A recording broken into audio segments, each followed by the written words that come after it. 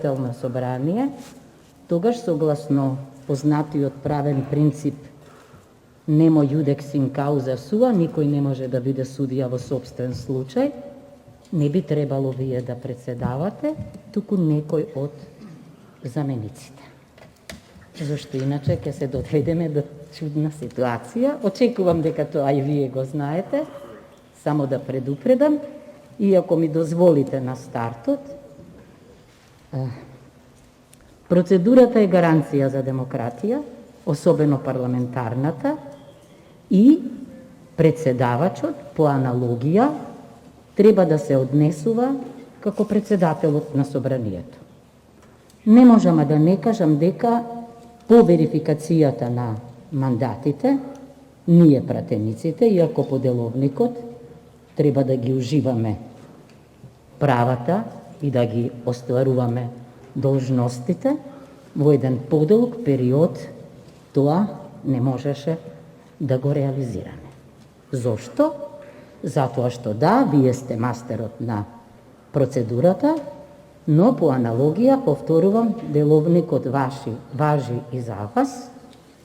Ова што ни се случува, да не знаеме или неколку сати пред седница или еден ден да дознаваме, е невообичаено. Јас не велам дека 10 дена од деловникот треба да ги почитувате како председателот, ама мислам дека треба да имаме пристојно време за да се подготвиме за седницата. Понатаму не можам да не ви замерам за она откажување на седницата, на продолжението на седницата, и на крајот барам од вас коментар на членот 110 од деловникот, кој што вели дека не председавачот, туку председателот на собранието е должен најдоцна во рок од 3 дена од добивањето на информацијата на председателот за доверен мандат да ги информира пратениците.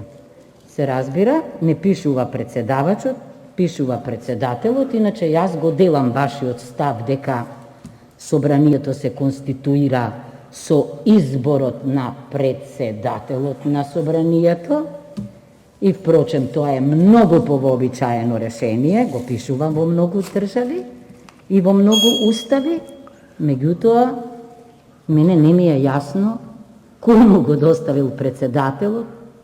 Ние се информиравме од медиумите до мене или... Да, пошто 3 минути е времето за процедурално, доврште ја мислата. Во рете, доврште ја мислата. Значи, мислам дека и председавачот треба да води сметка за деловникот, дека председавачот не е ексклузивен во диктирањето на условите, не може кога сака да ја прекине, не може кога сака да ја продолжи седницата, и дека треба да бидеме за тоа информирани. Честитки за внукот, меѓутоа не мислам дека тоа е причина за одлагање на седницата. Оти јас реков, ако може мекици без мајките што ги раѓаат децата да се организираат, претпоставувам дека може и без дедото.